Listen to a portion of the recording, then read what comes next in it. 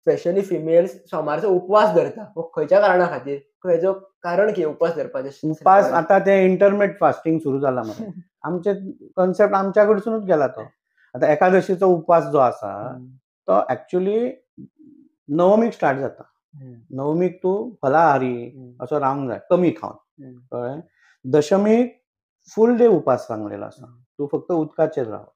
आनी एकादशीक full day उपास करून साधारण द्वादशीच्या फांतोडेर तो उपास सोडपाचो. येयलें लक्षांत. सो साधारण 2 दीस म्हणजे 48 hours तूं फक्त उदकाचेर रावला. हे इंटरमिट फास्टिंग आमच्या एकादशीन पयलीं पासूनच सांगलेलें आसा.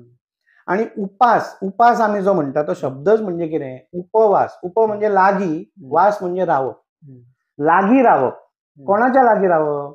उपवास, देवाच्या लागीं रावप. हेचो अर्थ तूं उपाशी राव आणि कांयच खावं नाका अशें न्हू. खरें कारण कितें तर तूं देवाच्या लागीं रावन तूं इतको त्या ध्यानान वचोंक जावो की तुका तान भूक हरपली. खबर ना म्हाका आतां तान आनी भूक म्हणजे कितें.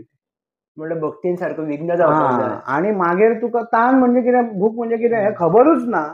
2-2, 3-3 दीस तूं थंयच बसलेलो आसा ध्यानस्थ. उठल्या उपरांत तुका अरे भूक लागली मरे अशें जाता जेन्ना, तेका खरो उपवास म्हणटा. साबुदाण्याची खिचडी भिजोवन आदलेच दिसा राती तयारी करून बाजारांत स्पेशली उपासाच्या हाडपाक म्हणजे वचनारी सुद्धा लोक आसात की फाल्यां उपास मरे हे घेवन यो चल सामान. दीसभर सांगता की म्हाजो उपास जाला मरे, दीसभर सगळ्यांक सांगीत भोंवतात. आणि त्याचे उपासाचे म्हणून वेगळे परत चिप्स हाडपाचे, तेका तशें उपास म्हणूंक मेळना.